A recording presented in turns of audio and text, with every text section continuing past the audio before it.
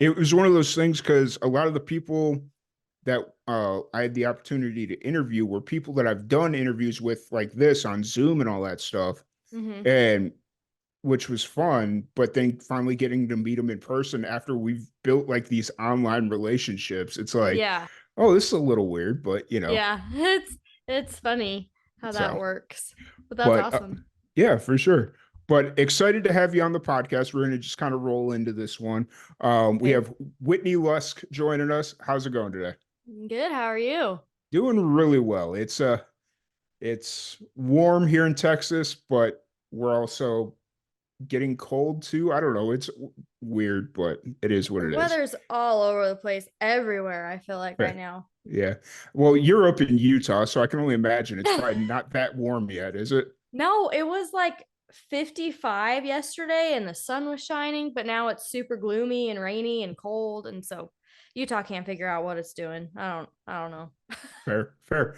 And Yeah. so you're born and raised in Utah, correct? Yep. Born and raised. What was it like growing up in Utah?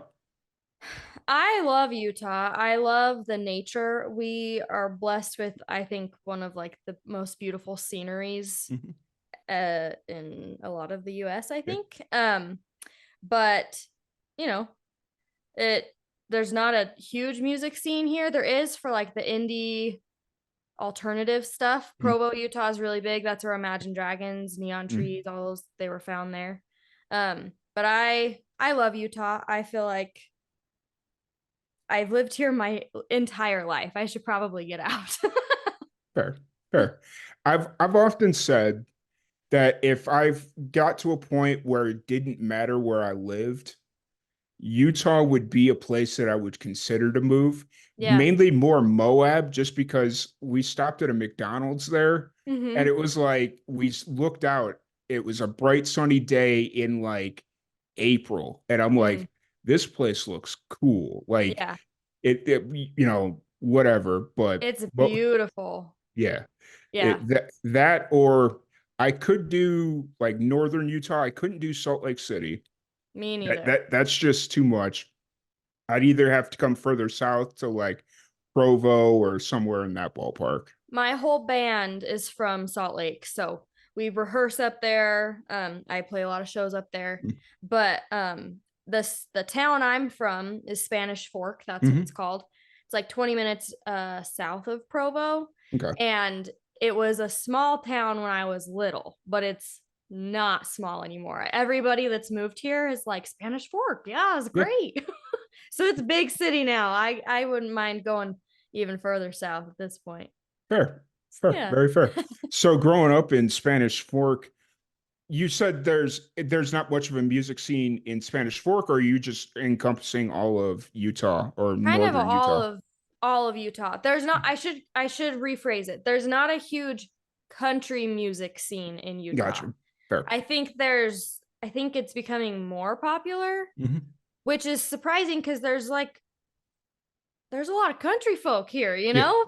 So I think there's a lot of people who love country music. I don't think there's a lot of people who do country music. Fair. But I think that is changing a little bit. So that's Yeah. nice. I, Yeah. I I think we're starting to see scenes pop up like just Yes. across the board. Whether it's country, rock, hip, like Yep. whatever it is, they're just starting to find their own little pockets. And, in the next 5, 10 years, I honestly believe it doesn't really matter where you're going to be based out of. Like, yeah, Nashville and Austin and New York, they're going to kind of be the big three of places that people want to be. But, you know, I'm so curious about Texas because I know there's a music scene in Texas for yes. country music, right? Oh, yes. And I love Nashville, but Mhm. I really want to come to Texas and just kind of see what it's about because I feel like I could get behind Texas. Yeah. So I moved to Texas 4.5 years ago. Okay. I wasn't planning on staying more than a few years. It was kind of like, okay, I'm going to come do my time, be closer to the people that I started Live and Amplified with, and see if we can kind of get some more momentum back. Because, like, when I moved to Florida, Live and Amplified was, just kind of there. Like Yeah. I was keeping it going, but it wasn't like a main priority for me for the 2 years I was in Florida. So I moved to Texas to make live and amplified more of a priority, have a little Mm-hmm. bit more of a support system. And I fell in love with Texas. Like the scene here, like at from Dallas to San Antonio, you've got I-35 that just kind of connects all the major cities. And it's Yeah. like you can live anywhere across I-35, and then you can be in Dallas in an hour and a half. You can be down in San Antonio in 2.5 hours. And Nice. yeah, so I it like like that that. that's a good chunk of the state right there. Now, yeah, there's Yeah, for Houston sure. and El Paso and so Yeah. much more, but Hmm. yeah, That's good to know. I it's should I gotta get out there and play some shows. yeah. If you, I'd really suggest booking like a little tour, like depending on what your day job situation is. If you could do like a 5, 10 day little run flying into Dallas and then go down to San Antonio and just play Yeah, every place in between, I think you'd do really well for yourself. it's a good idea. I like that idea. Yes. Um, yeah, Texas has been really good. So I can't say enough good things. That's awesome. I'm glad So you like it. I'm glad you yeah. found a home there. Yeah, for sure. Um, so going back to you growing up in Spanish Fork, or what was the music like for you as a child? Was that something that was kind of always around? Were your parents musical? How'd you kind of get introduced to it? I feel like music was just always playing. It was just always there. My mom is not musical. She loves music, but doesn't. She's a little tone deaf. Love her, but she's a little tone deaf. My dad actually can carry a tune. He's got a really pretty voice, and I think he's the one that I have to thank for like turning me on to different genres of music. Um, our big thing, I remember the Eagles was like our band. I Mm, love the Eagles because of him. yes. Um, but yeah, country music was always playing, the classic rock, all that stuff, pop music. I think my first CDs I ever got when I was like 5, I think was Britney Spears and Backstreet Boys. So Right. I was very well rounded in all the genres, but country music was the one that stuck for me. Nice. I Yeah. love the nice little Eagles mention that I don't Yes. think they get enough love They in the don't. independent scene. So Yes, they don't. I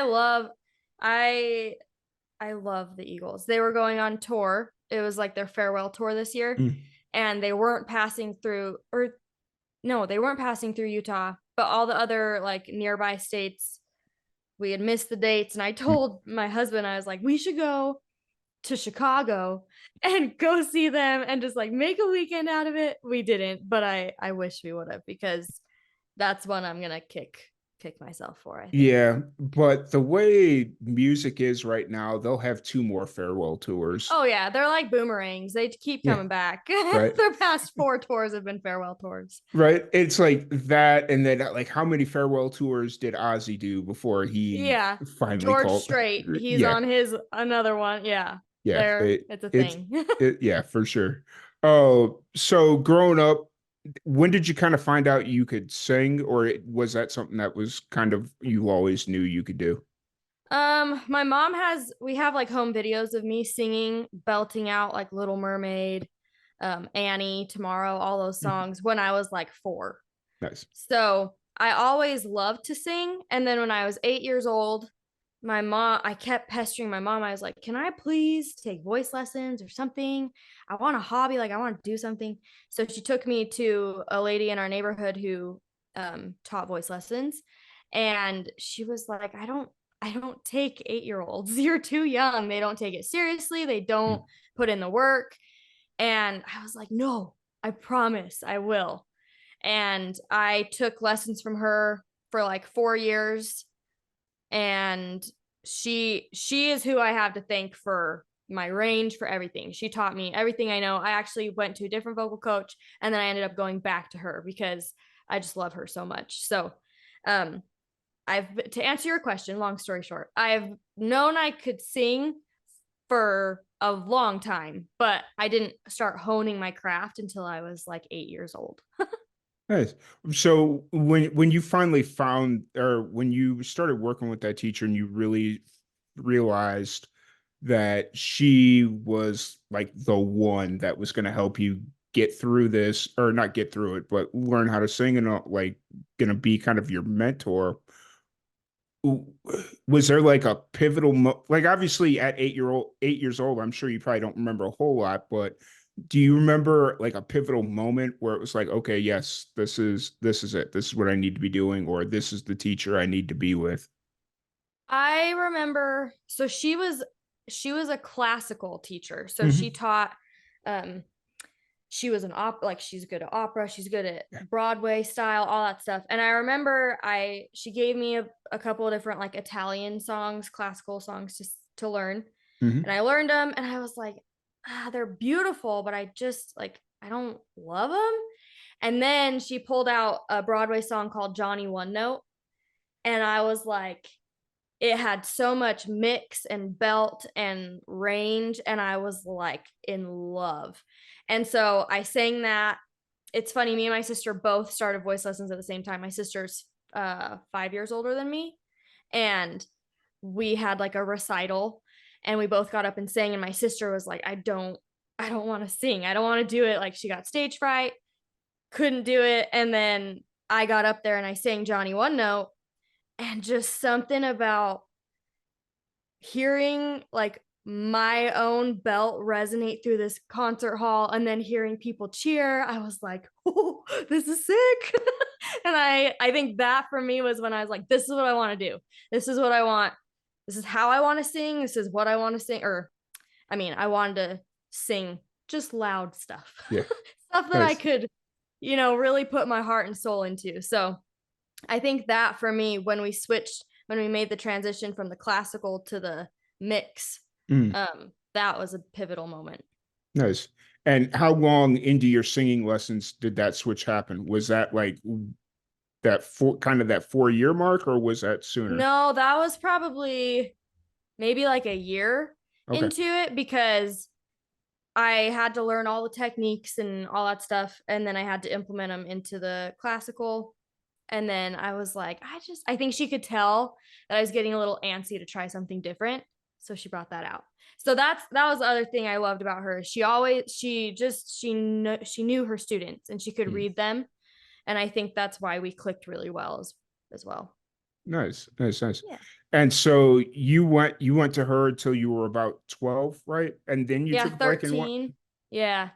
Okay. Yeah. So then I went and I got taught with a different vocal coach who was very um pop and R&B. So he tried to get me into the Mariah Carey, Whitney Mm, Houston, all that stuff, which I loved, but I didn't love as much as country music. That still mm. always was what I went back to.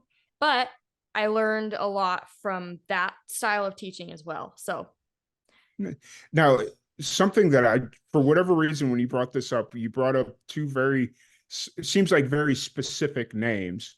Did you find it, when you kind of transitioned to the new vocal coach and he was trying to get you to do more, like Mariah Carey, Whitney Houston style music, did you find that it affected your voice differently than kind of sticking with like country and more classical stuff? Or yeah. um, I think there's just different techniques behind it all. Like the Mm-hmm. same structure and what you know about the voice, it all applies, right? Mm-hmm. But with vocalists like Mariah Carey and Whitney Houston, Christina Aguilera, you have the riffs and the runs, and that's like a whole other realm. I They came fairly naturally to me, which was nice, but I didn't for those vocalists, you can tell that that's how they express themselves. That's like where they live. For me, that wasn't the case. So while I loved learning it and I love being able to do it when it is warranted, that's not it is there's a different technique and there's just different it's just stylistically so different than country music. And I think country music, you are able to play with, I think the lyrics come into play a little bit more Mm, with country music. And that's where the emotion you can push to. yeah. Um, so I don't know. I don't know if that answers your question. That's No, a loaded question. no, and I didn't mean for it. I didn't mean to ask it in such a loaded kind of way. It was more like, because in my mind, when you bring up names like that, they got such a high range. So in the Yeah. back of my mind, it's like, well, damn, that would strain the heck out of my voice. And like, oh, my Zoom is trolling me again. Thanks. My Oh, Snapchat does that. That's it's so so funny. funny. I don't know what Oh, causes it. I can't figure it out. there's a filter or something that I have to turn off. But anyways, so yeah, I didn't mean for it to be like a loaded question. It was like purely like Like physical. range wise, Yeah, yeah. yeah, yeah. I think again it goes back to like the technique and how, because a lot of it is um your breathing. Hmm. And so I did love getting, I do think it strengthened my range and it widened it, Hmm. learning those types of vocalists because they're all over the map. But I also go back to Martina McBride is a phenomenal vocalist in country music, and her range is insane. Same with Carrie Underwood. Um, so I think that there's that same, you can find vocalists with that same range. They just utilize them in different ways.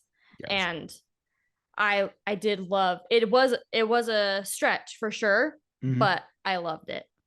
Gotcha, gotcha. So after taking these singing lessons, when did you, at this time, were you also like writing your own music, or did that come a bit later after you? Yeah. I didn't start writing my own music until, I mean, I always, even when I was little, I would make up little ditties or whatever, but it wasn't like a passion, you know? Mhm. Whereas singing definitely was. I didn't start writing until I was probably 13 or 14 years old, because that's when I also started playing in bands.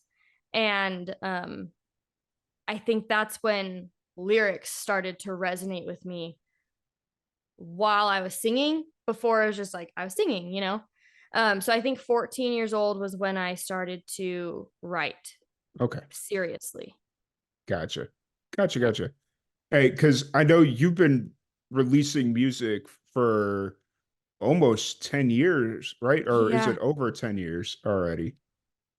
it's been 10 years. I probably started writing when I was 12 actually, Okay. because now that I think about that, I'm like that timeline doesn't add up. Yeah, it's been 10 years cuz I'm almost 26 Yeah. and my first EP I released when I was 16. So, Gotcha. Gotcha. Yeah. It's I'm sitting here and I'm like, I saw like on your Instagram page, you had your age written there, and I'm sitting there, I'm like, wait a minute, she had to be like 15 or 14 when she yeah. released her first freaking single. That's incredible. Yeah. Hey, I so, have to have my age because people think I'm still 16 because I have a uh, baby face. So mm, they're like, "Can you play in bars?" I'm all, "Yeah, I yeah, promise." yeah. I've been able Hey, to for 4 years. don't feel bad. I up until I was 30, I had a baby face. I was ID'd everywhere I went. I'm like, if I was like 24, 25, 26, I'd be like, okay, fine. But I Yeah. was freaking 30. And I'm You're like, all, come on. come on, guys, really? They And say I'll appreciate it when I'm older. yeah. We'll find out. Yeah. I, I'm 36 now, and I'm like, I still didn't appreciate it. Like Yeah. it, you know, That's funny. but no, so that's really cool. And we were talking offline here. Like I was introduced to you in 2017 when you released your debut album. Um, Mhm. yeah, I'm assuming it was probably through the Salt Lake Music Associ or Salt Lake Acoustic Musicians Facebook page or something like that, Probably. one of those Yeah. Facebook groups, because we were really trying to build up our Utah and Montana presence at that time because I was living in New Mexico, Yeah. and we were gonna come up that way and do like a whole season 2 based around that area, Yeah. and then I ended up moving to Florida, so. And Plot here we are twist 7 years later. So, in Texas. right, right, Yeah, right. there you go. Oh, but yeah, so I've been following you for a really long time, and I've always enjoyed your music, and Thank being you. able to kind of see you grow and watch your music kind of. I don't want to use the word mature, but I feel like that's the most. Uh, It's the right yeah, word, I think. Yeah. yeah. Um, so from that debut album, which was called "This Is Who I Am," which is a very profound statement for a Yeah. first album. How's kind of for anybody that's just kind of getting to meet you, how's your music kind of changed from that first album to now? I think I think when I was 16 and making music, I didn't have a very clear vision of what I wanted my sound to be. I knew what I wanted to say. I think I've always known what I wanted to say, but I don't think I had a clear vision of how I wanted to say it. And so that record, if you go back and listen to it, it has a lot of pop elements. I produced it with a producer who's very rock pop. He's Mhm. incredible. But now I'm trying to work with producers who are a little bit more country. And I also feel like because I was so young and didn't quite have a clear vision, I didn't know what to say I wanted where in a song. And now I feel like I have been more a part of the production of my songs that I'm going to be releasing this year than I ever was. And I love it. I love it because it's me. Like you hear the song and that is exactly how I wanted to say it and exactly how I wanted it to sound. Yeah, So, yeah, I think that's been the biggest change is I think now I just have a clearer idea of myself and my sound. nice. So you mentioned that you're more involved in the production of these songs. Did you like study production or just were you paying really close attention No, throughout the and years? I guess I should clarify that. When I say I have more of a hand in producing it, I'm actually like so illiterate when it comes to production stuff. I don't, I could not record anything to save my life, honestly. But I am in the studio every time something gets tracked. And then I get to be like, oh, I don't think that that's what it needs. Try this. Mm, And I think that goes such a long way. And having a producer who like he's a he's a very big perfectionist like me, and so he's always like, is this how you want it to sound? And I'm all just very honest, very open. So I just think I have more input, I guess yeah. is how I should have phrased that. Fair. No.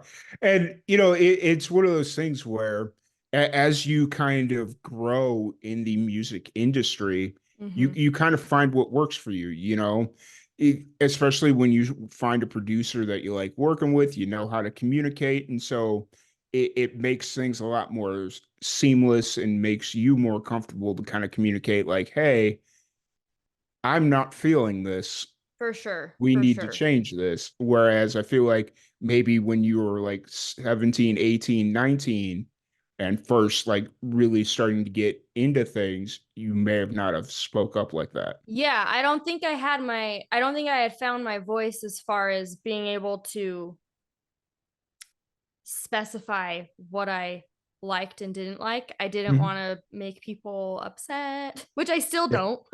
I don't want to piss people off, but you know, you Well, find your voice.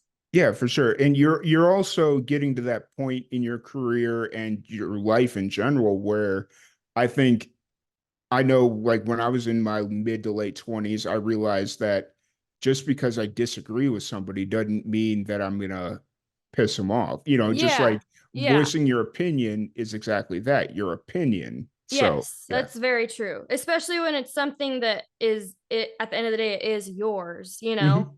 You it's my song, it's my image per se, it's my sound. So I should be the one that vocalizes the Yeah. opinion. That And and, I'm and learning that. and as long as you're not being like rude about it, Yeah. you're I good. that's where I feel like you have to. I'm not in the industry of making enemies. I would rather have a million friends in the industry and have them on my side and know that we all have like a mutual understanding that we're all trying to make art. We're all in it together. Mhm. So I try to be as kind as possible every time I say I'm probably honestly a little bit too I'm Yeah. still probably not stern enough. Yeah. I I've been like that for a very long time where it's like I will give my shirt off my back to Yeah. anybody that needs it. And like any musician, I try and keep every friend I can. But it's not until recently where it's like every now and then that evil Tom has to come out and I just have to cut the cord Yep, and you're just like, like, mm, yeah. draw a And, line. it's one of those things where it's like I never really realized how mean I could be, or not mean, but like how cold I could be, just like Yeah, like how, just straightforward. yeah, Yeah. straightforward. There you go. And Yeah. it's everybody's like, "Ooh, I kind of like, yes, I like nice Tom, but that straightforward Tom, don't let that go away. Like that'll Yeah. get you far in life." And I'm like, Yeah. "Okay, Like cool. good to So, know.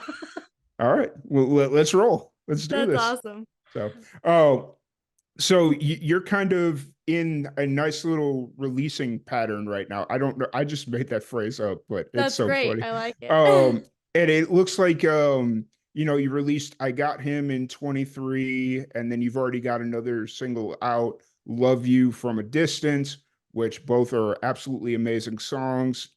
Thank you. What's kind of the thought process going into this year? Are you thinking singles, full album?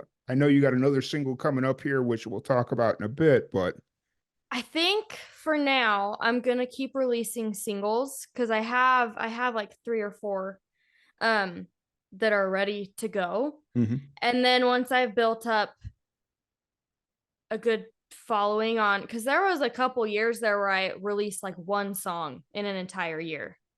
And now I feel like I have a good catalog of what I feel represents me the best right now. Um, so I think I'm just gonna do singles so I can build up my followers on all the streaming platforms. And then once I have a solid following on those, just maybe release a record. But Gotcha, that gotcha. might be 2025. We'll see. Fair enough. Yeah.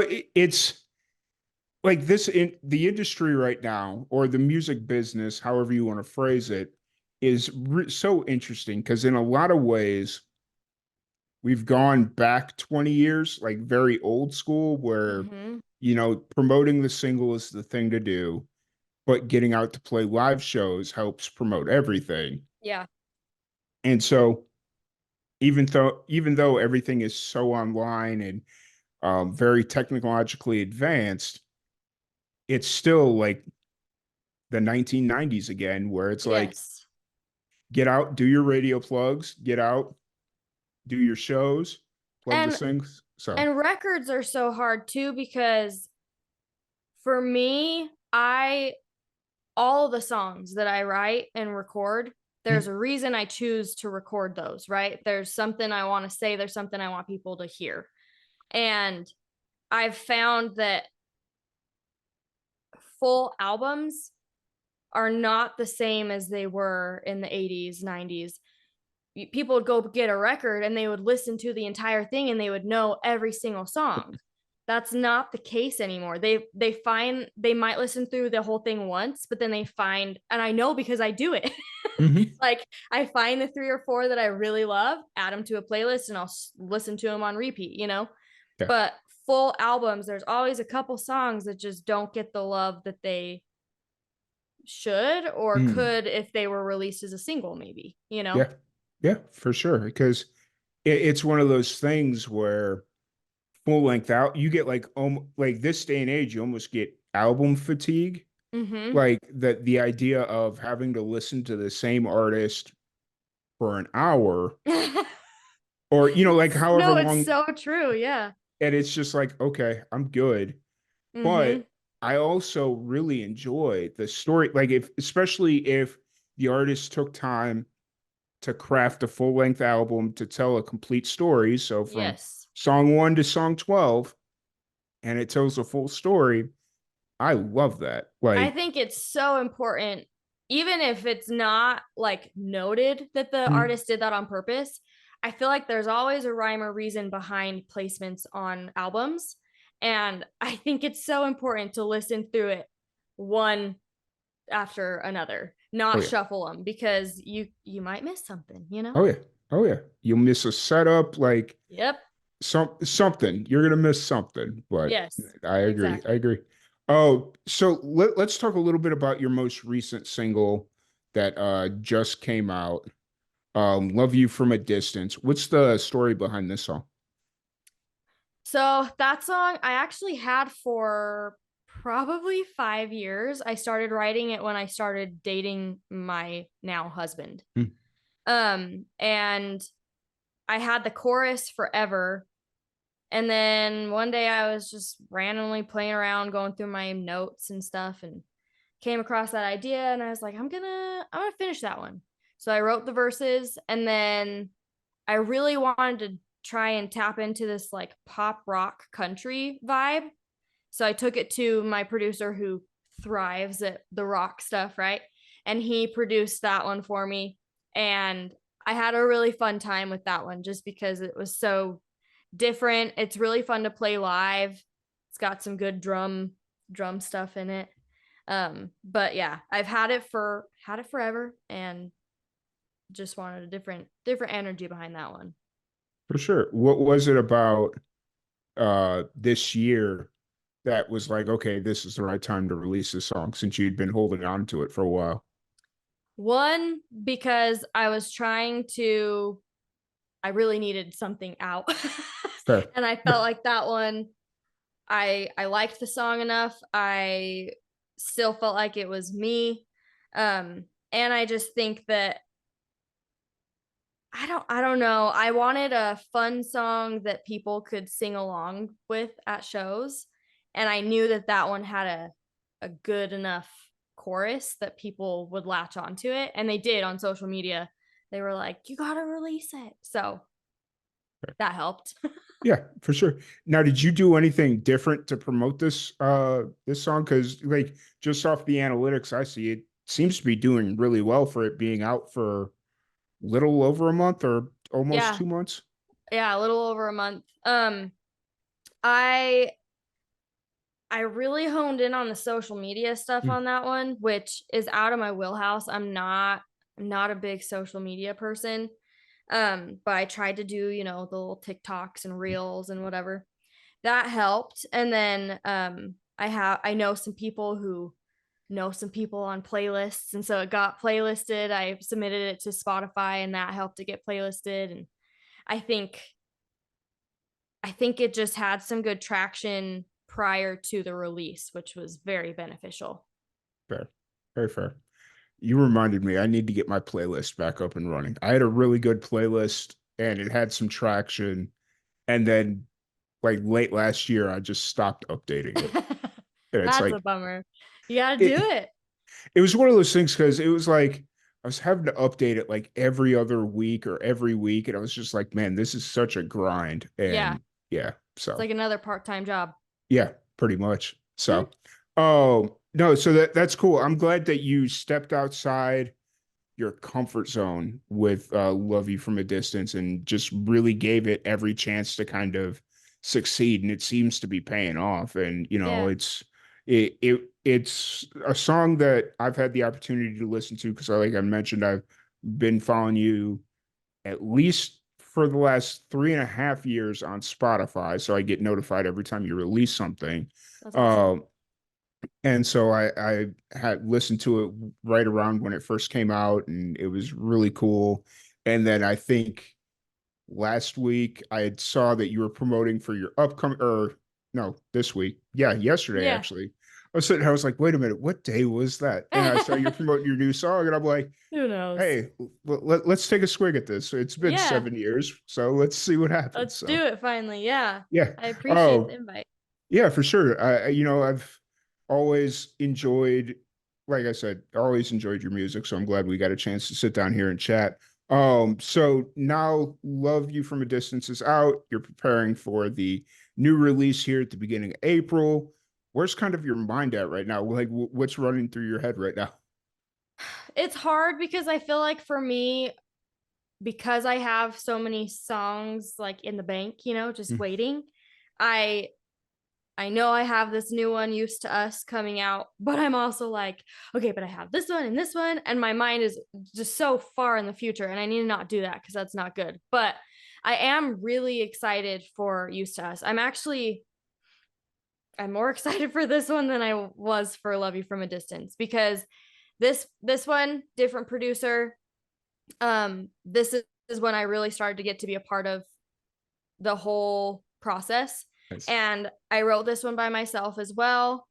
It's a solo write and it's just a fun song. I'm just really into songs that stir up some sort of an emotion. I'm a really big fan of Kit Moore Mm, and his songs all are just really nostalgic and just they make you feel happy even if it's about something sad. yeah, And so I I kind of he was a huge inspiration lyrically and production wise for this song.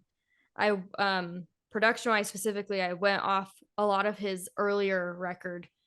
And so I'm just excited for this one to get out. Again, it's so fun to perform live. I feel like it's just a fun song. I love yeah, fun songs. yeah. And it's coming out right at the right time, right at like mid springtime, Mhm. right before the summer. And if good, fun summer song, Yep. that It'll land, it'll hopefully. land. Just keep doing the social media thing, try and kind of figure out something cool and unique to do with this one, and Yep. take like for whatever reason, like I don't understand TikTok, Me but neither. it's like for whatever reason it's working. Like I posted a video a month ago and I went back and like I'll post a video and then I just won't check on it.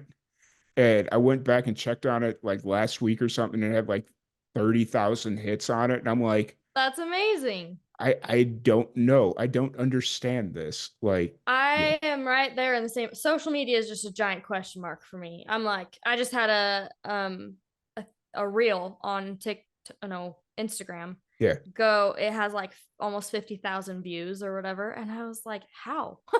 right? I didn't do.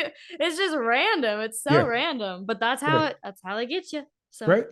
YouTube and Instagram, I've got pretty figured out. TikTok, I'm finding out it just kind of depends on the video. yes. Facebook, I've lost Facebook. Like, I don't know what happened to Facebook. Like, Yeah, same. I used to be able to post something and it'd get hundreds and hundreds of hits and interactions, and now it's just like I post something and maybe somebody will comment on it. So, Yes. The dang algorithm. right, I can't right, figure them out. yeah. So, so with the new single coming up, how often are you playing shows right now? Are you playing pretty consistently, or?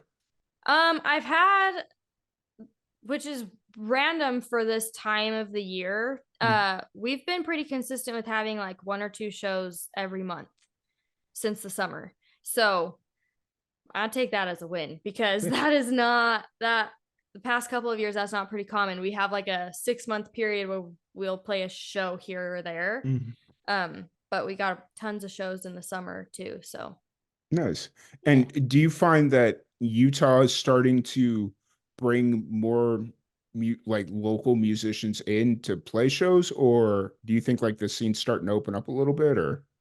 I think it's starting to open up a little bit in certain areas. Hmm. I think if you're lucky enough to get on as an opener for the larger acts that come in, that that is like that's the money right there. Hmm. Well, money's the wrong word, but that's where you get all the exposure because people come to hear them and then you're a surprise. So that's and I've had the chance to open for some bigger I just opened for Drew Baldridge in Oh, Hurricane, nice. Utah, and that show was so fun. It was so much fun. And Yeah. Yeah. And they I got a ton of new fans from that show.